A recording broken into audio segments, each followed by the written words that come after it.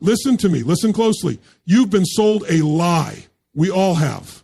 Society's been feeding you this narrative that the anxious suffer more in relationships, that their pain is the most excruciating to bear. But I'm here to tell you something that's about to turn your entire world upside down. The truth is this. The avoidant, their reality is far, far worse. You think it's easy for them? You think their world is calm and collected? You couldn't be further from the truth. The avoidant lives in a prison you cannot see. Every connection is a threat. Every form of closeness is a trap. When they love, it suffocates them. When they should be embraced, they run. You think it's because they're heartless or cold? No. They're terrified of losing themselves, of losing their freedom. They wear their emotional distance like armor, but behind that armor is a fear that drips into every corner of their existence. Fear of dependency, fear of control, fear of being needed. Imagine being trapped in a life where every emotional connection feels like a ticking time bomb. Imagine being afraid to love, not because you can't feel it, but because you know the price you'll pay. The anxiety isn't just about losing, it's about becoming small, suffocated by someone else's need for closeness. So they push you away again and again. You think they don't care? You think they don't feel the pain of rejection? You think their heart doesn't break every time they shut you out? They feel it. But here's the thing. They won't let you see it.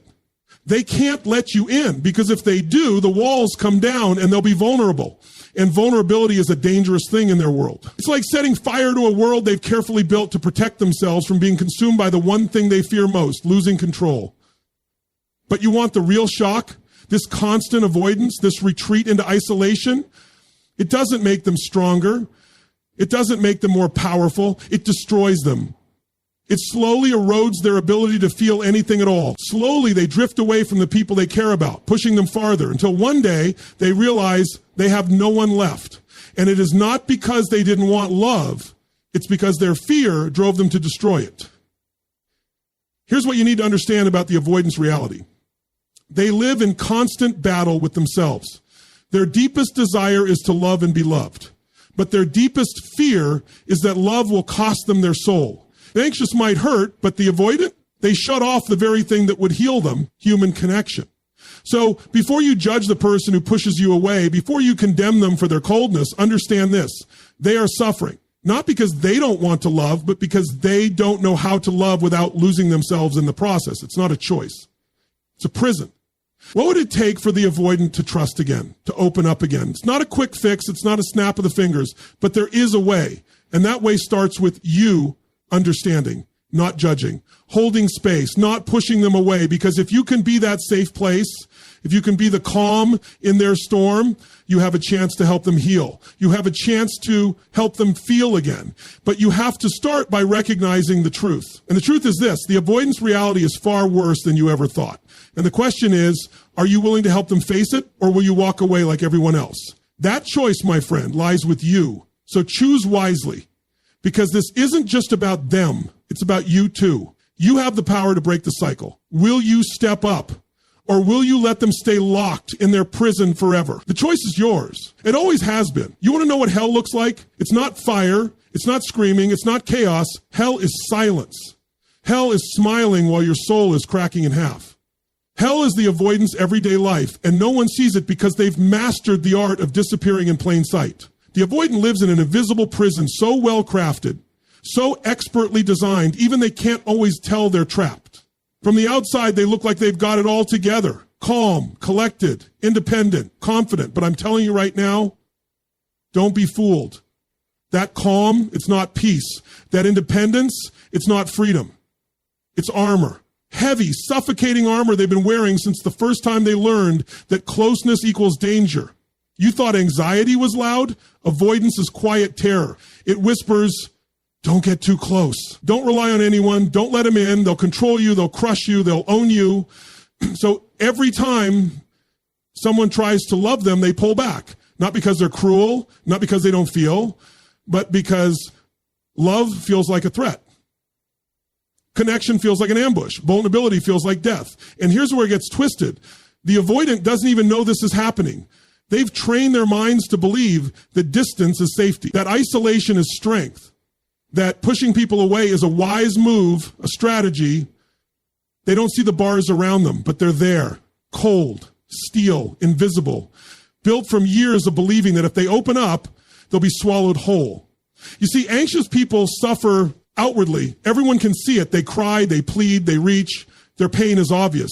But the avoidant, they suffer inwardly, quietly, elegantly. They walk into a room full of love and leave empty. They get texts they don't answer, hugs they don't fully return, compliments they brush off. They're surrounded by connection, and yet they're completely alone. And here's what people never talk about, how exhausting that is. How soul-crushing it is to live behind walls so high you can't remember what sunlight feels like. To constantly analyze every interaction, to flinch when someone gets too close, to smile while secretly planning your escape route, to fake peace when your chest is pounding with the fear of being consumed by someone else's emotional needs. But the world applauds them. Wow, you're so independent. You don't let emotions control you. You're strong. No, that's not strength. That's survival. That's a scared child wearing an adult's face. That's someone who learned, maybe too early, that love is conditional, that needing someone is weakness, that being open invites pain. So they shut down, they disconnect, they survive, and every time they do, it works. For a while, but not forever, because deep down, they're human. And humans are wired for connection. They may not chase it like the anxious do, but they feel the ache, they feel the pull in the middle of the night when it's just them and the silence, when no one's texting, when no one's calling. When the mask comes off and the loneliness shows up like a ghost with cold hands and a sharp whisper, you're alone because you made it that way. They hate it, but they don't know how to stop, because to stop, they'd have to unlearn everything they believe about safety, about closeness, about themselves. And that's terrifying. That's like asking someone to jump out of a plane and believe the parachute will open when their entire life they've been told it won't. So they stay locked in, shut off, smiling, numb. And the worst part, they don't even ask for help. They don't cry out. They don't say they're lonely, because in their mind, needing help is shameful. Reaching out is betrayal to the fortress they've built. So they just disappear into their minds, into their distractions, into their busy lives. And the people who love them, they watch them vanish. And they don't understand why. This is what the world doesn't see. This is the truth no one tells you. The avoidant isn't cold. They're terrified. And that fear is so deep, so old, so buried, they don't even realize it's what's running the show. But it is.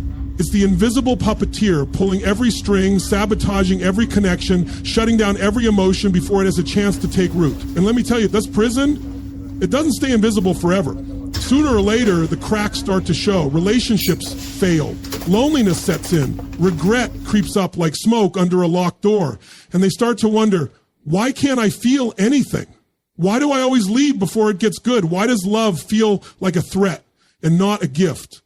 But by then the damage is done. And unless someone reaches in, really reaches in with truth, with compassion, with fierce understanding, the avoidant will keep living in that prison, believing it's paradise just because it's familiar. So don't envy the avoidant. Don't idolize their distance. Don't assume they're at peace, because behind that calm exterior is a mind screaming for connection and a heart too scared to receive it.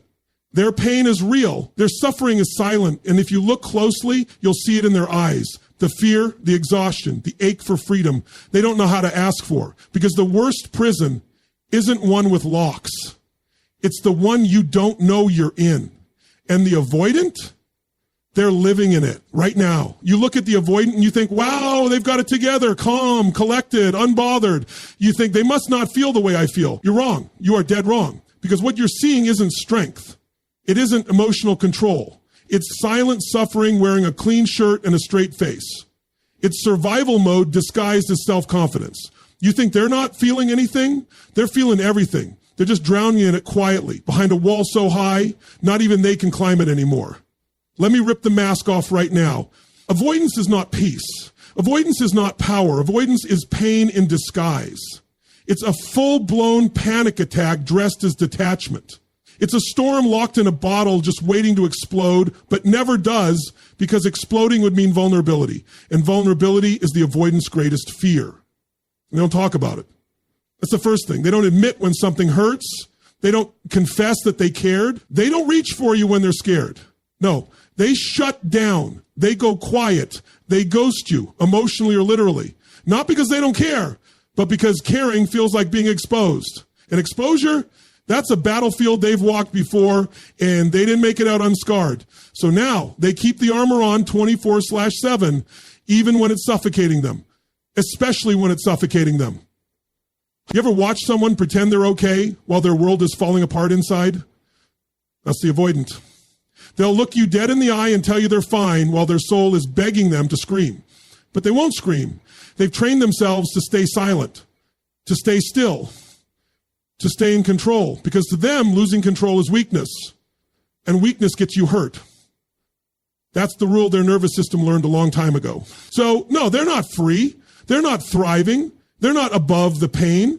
They're buried in it. But unlike the anxious, who wear their pain on their sleeve, the avoidant stuffs it deep into their chest like a ticking time bomb. They're the ones who will leave you first, not because they don't love you, but because the moment they start to love you, their alarm bells start screaming, run. And when they run, the world applauds. Good for you, putting yourself first. Don't get too attached. Protect your energy. They get praised for cutting people off. They get labeled as strong, independent, untouchable. But no one sees the truth.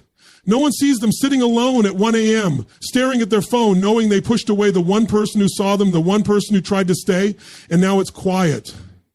Too quiet. So quiet it hurts. They don't know how to process that regret. It's not the loud kind, it's the numb kind. The kind that sits in the background like white noise, haunting them. And they think, why do I always do this? But the answer never comes. Because the answer is locked behind years of emotional self-rejection. They were trained to believe their needs don't matter. That wanting connection makes them needy. That asking for support makes them weak. So instead of reaching out, they retreat. And the cycle repeats again and again and again. Here's the truth. Avoidants want love. They crave it. But they are terrified of what love demands. Intimacy, presence, vulnerability. These things feel dangerous to someone who was never safe in emotional closeness.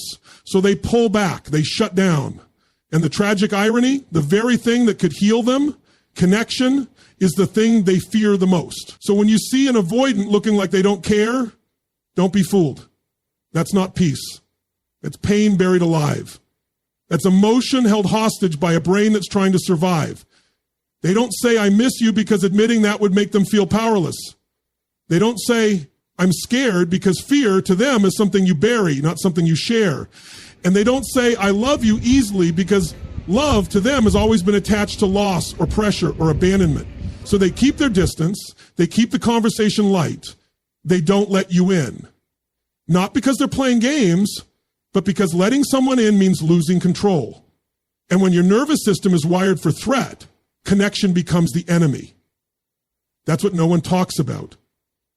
Avoidants aren't cold. They're burned. Badly. Maybe in childhood, maybe in that one relationship that wrecked them, maybe over years of micro abandonments they can't even name. But somewhere along the line, they learned that closeness equals danger. And now their body reacts to love like it's fire, even when it's safe, even when it's real, even when it's exactly what they need. So yes, the anxious suffer loudly and it hurts like hell, but the avoidant, they suffer silently. And that kind of pain, it's harder to heal because no one sees it, no one hears it, no one holds space for what they never expressed. People walk away from the avoidant thinking they didn't care, when in reality they cared so much, it scared them, it rattled the cage. And rather than face that fear, they chose silence. Because silence feels safer than shame, they don't even give themselves permission to grieve. That would require admitting there was something worth grieving. So they act like they're fine, they move on fast, they fill their calendars, they distract themselves with work, hobbies, logic, perfection, performance. But that gnawing ache, it never leaves. Because you can't outthink emotional starvation. You can't logic your way out of loneliness. And you can't build a meaningful life while emotionally hiding from it. So let's stop glorifying avoidance. Let's stop calling emotional shutdowns boundaries. Let's stop pretending that coldness is confidence. It's not. It's protection, it's fear, it's armor. And the scariest part, the longer they live like that, the more natural it feels. Until they forget what it feels like to truly connect. Until they forget what it feels like to need someone and let it be okay. Until they forget that being vulnerable isn't weakness, it's human. But somewhere deep inside the avoidant, there's a voice, a whisper, a small, almost silent cry that says, I don't want to be alone forever. And that voice, it's the most honest part of them. It's the part that still believes healing is possible, that love doesn't have to hurt, that closeness doesn't have to kill, that being seen doesn't have to mean being controlled. That voice is waiting, and every day they ignore it, it gets quieter, but it never disappears. Because no matter how far someone runs from their emotions, the truth always follows. Love always comes knocking. Healing always offers one more chance, even for the avoidant, especially for the avoidant. You want to understand the avoidant? You really want to step into their world? Then brace yourself, because what I'm about to tell you isn't soft. It's not sugar-coated. This is the raw truth that nobody dares to say out loud. Every close connection feels like a threat to the avoidant. Not just uncomfortable, not just awkward, a full-blown, heart-pounding, body-freezing threat. You think you're loving them, you think you're getting closer, you think you're showing care, but in their mind, alarms are going off, sirens, red lights flashing, their whole nervous system screaming danger, danger, danger. Why? Because closeness to you might feel warm, but to them, it feels like being hunted. Now, let me explain this clearly. When an avoidant senses someone moving toward them emotionally, their brain doesn't interpret that as love. It doesn't say this is safe. It says this is control. This is pressure. This is the moment where I disappear, where I lose myself, where I become nothing. You're reaching out with affection, but they're already preparing for emotional war. Not because they're dramatic, not because they're trying to hurt you, because deep in their wiring, intimacy equals invasion. Now imagine living like that. Imagine being wired to see love as the enemy. You want to connect, but the moment someone starts to see you, really see you, you feel exposed. And exposed to them equals powerless. Closeness makes their skin crawl, not because they hate affection, but because they were never taught how to exist inside connection without losing their identity. And that's the core of it. That's the root no one talks about. The avoidant fears enmeshment. They fear being emotionally swallowed. They fear becoming a reflection of someone else's needs. So when you move toward them with love, their first instinct is not to receive, it's to retreat, to create distance, to protect what little sense of self they've managed to preserve in a world that told them closeness always comes with a cost. They weren't just born this way. No one is. This isn't nature. This is trauma dressed as personality. Somewhere along the line, the avoidant learned that the people who were supposed to love them made them feel smothered, dismissed, engulfed, or unseen. So they adapted. They taught themselves that the safest way to exist in a relationship is from behind a wall. That if they let people in, those people will consume them, manipulate them, abandon them, or expect too much. So now they keep their distance. Not because they want to hurt you, but because it's the only way they know how to survive without collapsing into someone else. Every hug feels like pressure. Every deep conversation feels like entrapment. Every I need you sounds like you're responsible for me now. If you mess up, I'll fall apart and it'll be your fault. So they freeze. They emotionally shut the doors, lock the windows, and act like nothing's wrong.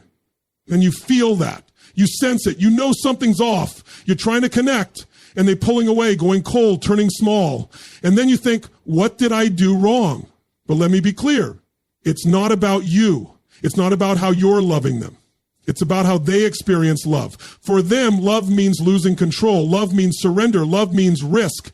And the avoidant has spent years avoiding exactly that. When someone gets too close, the avoidant doesn't just fear discomfort. They fear annihilation, emotional obliteration.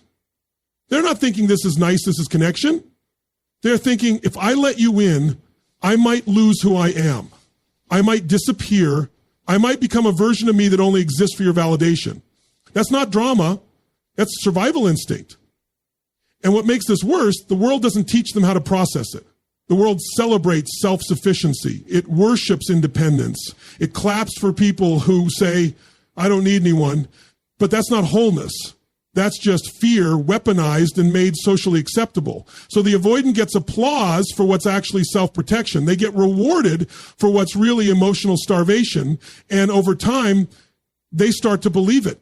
They start to think their discomfort with closeness means they're evolved, strong, unbothered. But underneath it all, they are terrified. Terrified that if they open their heart, they won't survive the emotional weight of intimacy. That if they're truly seen, they'll be used. That if they depend on someone, they'll be betrayed. So they keep pushing you away, but every time they do, they feel a little more hollow, a little more empty. Because the very thing they're afraid of, emotional closeness, is also the very thing they need. And that's the torture. That's the inner hell they're living in. They want love. They just don't know how to receive it without losing their grip on their own identity. So they choose safety. They choose distance. They choose solitude, even if it kills them. And it is killing them, slowly, quietly, emotionally. Because no human being can thrive in isolation, no matter how much they pretend to like being alone. That voice inside them, the one that whispers in the silence, it's saying, please, let someone in. But that voice is quiet. And fear is loud. So they listen to fear again and again and again. They don't trust closeness because closeness never felt like safety before. And the nervous system doesn't forget. No matter how much therapy you go through, no matter how much you read, if the body associates connection with danger, the avoidant will run from love while craving it at the same time. That's the torment. That's the loop. That's why they ghost you after a deep moment, why they go cold after they say, I love you. Because in their mind, closeness equals collapse. So what do? They sabotage, they nitpick, they emotionally disappear. They say, I need space. Not to breathe, but to regain control. Because closeness feels like drowning, and distance is their oxygen. But listen to me, this isn't hopeless. If you're the avoidant, you can change. You don't have to live in fear of intimacy forever. And if you love an avoidant, don't take their retreat personally.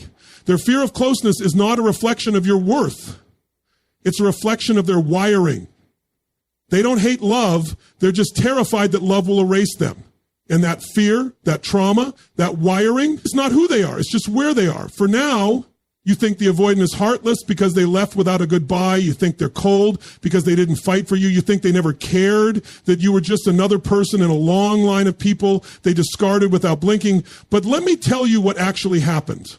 Because what you thought was indifference was actually a trauma response. What looked like apathy was a full-blown internal war they didn't know how to win. Avoidants don't walk away because they don't feel.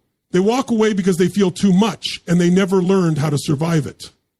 Let's destroy this lie right now that avoidants don't care, that they're just out here playing games, collecting hearts, burning bridges without blinking.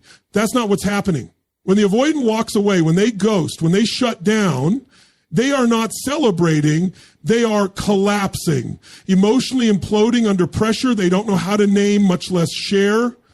They don't feel empowered when they cut people off. They feel broken, shaken, drenched in shame, but they can't show it. They've never been allowed to show it, so they cover it up with silence and distance and pretend it didn't happen. You want to know what really happens inside an avoidant after they end a connection? They start replaying everything, every conversation. Every moment of vulnerability, every second they felt seen, and it terrifies them. They ask themselves, did I let them get too close?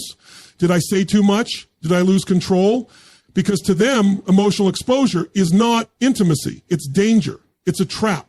And when it's over, they don't feel free. They feel exposed, naked, unsafe. So instead of reaching back out, they self-isolate. They convince themselves it was necessary. They remind themselves that closeness always ends in chaos. They say, this is what always happens. This is why I don't let people in. And they try to move on. But moving on doesn't mean peace. It means distraction. It means overworking, overplanning, overcontrolling, anything to avoid the unbearable vulnerability of being hurt. But the regret creeps in quietly, slowly. It doesn't hit them right away. That's another lie people believe, that avoidants don't grieve, that they don't miss you. Oh, they do. But they miss you in a way that's silent. They miss you when no one's watching, in the quiet moments. When the noise dies down and the distractions fade, that's when the guilt crawls in. That's when they remember the way you looked at them, the way you showed up, the way you cared. That's when it hits. I pushed away the one person who saw me, and I didn't even give them a chance to understand why. And by then it's too late. Their pride won't let them reach back. Their shame won't let them apologize. Their fear won't let them try again. So they stay stuck in silence, in distance, in a prison they built out of survival. And the sickest part, they call that prison independent. They rename their trauma boundaries. They lie to themselves just to breathe. Let me say this plainly. The avoidant doesn't avoid people because they're evil. They avoid because they associate closeness with danger. They avoid because letting someone in feels like losing control. They avoid because they were never taught that love can be safe, that people can seen, that being seen doesn't mean being shattered. So when they get close to someone who offers them that kind of love, they panic. Not because the love is wrong, but because it's unfamiliar. It doesn't match the blueprint they were given. It doesn't feel safe to their survival brain. So they run. And it feels right to run even when it breaks them. They will tell themselves whatever they need to hear to justify the retreat. It wasn't the right time. It weren't the one. I need to focus on myself. I can't deal with relationships right now, all of it. But underneath all the noise, there's a whisper they can't silence. I'm scared. But I don't know how to be loved. I don't know how to stay. And that whisper is the truth, because let me make something crystal clear. Avoidants are not bad people. They are hurt people, deeply hurt, deeply conditioned to believe that love costs too much, that connection equals sacrifice, that being needed means being trapped. They don't walk away because they don't love you. They walk away because they don't know how to receive love without unraveling. You don't hear them cry, but they do. You don't see them ache, but they do. They don't show you the regret, the guilt, the internal torment, but it's there, always. Every person they ghosted, every relationship they sabotaged, every vulnerable moment they ran from, it lives inside them. It haunts them because deep down, they know. They know they're not heartless. They're terrified. They're terrified of getting it wrong, of being too much, of being not enough, of being hurt again, of being abandoned, of being depended on, of depending on you. It's not that they don't want to connect. They just don't know how to do it without dissolving into fear. So when they walk away, don't imagine someone who's cold and carefree. Picture someone who's drowning in shame. Someone who just hit their emotional limit. Someone who wanted to love you but didn't know how to survive it. Someone who left not because you were too much, but because your love touched the very part of them they've spent a lifetime avoiding. The part that wants to be loved but doesn't believe it's safe. This isn't romantic, it's tragic. It's not an excuse, but it is a reason, and it's real. The avoidant doesn't want to keep running. They don't want to keep losing people. They don't want to keep pretending they're fine. But the longer they live in silence, the louder the fear becomes, and eventually it feels easier to be alone than to risk being seen and rejected again. And if you've been on the other side of this, if you've been the one left behind, wondering what you did wrong, let me tell you, you were not too much. You were the exact trigger their nervous system was waiting for. Because real love always exposes unhealed wounds. And yours did. You showed up, and that terrified them. Because deep down, they didn't believe anyone ever would. So no, they didn't walk away because they didn't care. They walked away because your presence woke something up in them they've spent years trying to silence. The desire to connect, the craving for intimacy, the ache to be known. And when that voice got loud, they panicked. Because they didn't know if they could survive it, and maybe they still don't. You think the avoidant wins because they walk away first? Because they block you, silence you, erase the connection like it never happened? You'd think they sleep easy at night while you spiral, cry, question everything. But let me give you a truth you're not ready for. The avoidance suffers in silence, and that silence is not peaceful. It is torture. They don't talk about it. They can't. Because in their world, vulnerability is weakness, and weakness is shame. So instead of grieving out loud, they collapse inward. And nobody sees it, not even you. You see, the anxious cries and begs and reaches for answers. The anxious screams when it hurts. But the avoidant, they bury it, they deny it, they pretend it's not real. But don't let that mask fool you, because behind that mask is a storm of guilt, fear, self-loathing, and regret. But they've trained themselves to act like it's all good, like they're fine. Like they're just focusing on themselves. But on the inside, it's chaos. It's grief with no language, pain with no outlet. A wound they refuse to treat because they're terrified it'll bleed forever if they touch it. And this is where it gets tragic, because avoidance doesn't save them. It kills them slowly. It eats away at their ability to trust, to connect, to feel joy, to receive love. They want it, but they don't know how to hold it without fear. So they keep pushing it away. And every time they do, a part of them dies. A part that wanted to stay, a part that wanted to be seen, a part that hoped, just for a moment, that maybe this time would be different. They walk away and pretend it was necessary. They shut the door and tell themselves it was right. But the truth is, they didn't want to leave. They had to. Their system demanded it. Their trauma demanded it. Their fear said, run before they really see you. Run before you get too attached. Run before you can't. And so they do. But it costs them. Oh, God, does it cost them? You think they're calm after the breakup? No. They're emotionally frozen, numb, dissociated. They go back to routines, distractions, habits. They bury themselves in work, in meaningless conversations, in fake smiles, because silence is safer than depth, because routine is safer than connection. But the pain is there. They just don't let it show. And then it creeps in slowly when they're alone, when the distractions wear off, when no one's texting, when they lie in bed at night, the thoughts come, the memories hit, and suddenly their chest is heavy, their stomach twists, their brain won't shut up. Why did I push them away? Why couldn't I just let myself feel? Why do I always do this? Why am I like this? But they don't answer. They don't go deeper, because to go deeper would mean facing the shame that they're still not ready to deal with. So they suppress it. Again, they swallow the pain and wear pride like armor. I don't need anyone. I'm better off alone. I can't be in a relationship right now. Lies. Beautiful, destructive lies. But lies that keep them safe, lies that keep them alone, lies that slowly choke the life out of them. But here's the darkest part. The avoidant doesn't just fear you hurting them. They fear themselves hurting you. They fear their own inability to stay, to show up, to love properly. Deep down, they know they're not giving you what you deserve. Deep down, they see it. They just don't know how to fix it. So instead of confronting that truth, they hide, they run. Because facing it would mean admitting they're broken in a way that can't be solved overnight. And that's the suffering no one sees. That's the pain behind the avoidance. Not indifference, not arrogance, despair, quiet, relentless despair. They know they're wired to pull away. They know they're emotionally restricted, and they hate it, but they don't know how to change. So they live in a cycle, get close, feel exposed, panic, disconnect, regret, then repeat over and over until they lose everything that matters and still feel too ashamed to go back and say I was scared. Because the avoidant doesn't just lose you, they lose themselves. Piece by piece, emotion by emotion, and they won't admit it. They'll smile, post like nothing happened, throw themselves into new goals, but the ache is real, and they carry it everywhere in silence because they were never allowed to cry, never allowed to need, never allowed to say, I'm scared of love, but I want it anyway. So what do? They shrink. They emotionally disappear. They go cold. But that coldness isn't confidence, it's defense. It's a wall built from years of being punished for feeling, for needing, for being human. So now they pretend they don't care, but they do.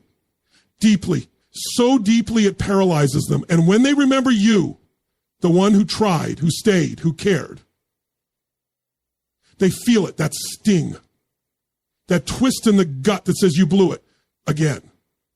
But they won't say it. They can't. Pride won't let them. Fear won't let them. So they stay quiet, and you think they never look back, but they do. They replay the texts, the laughter, the moments where they almost let themselves be real, and it haunts them. Because you were the one who touched the part of them they've been hiding from their whole life.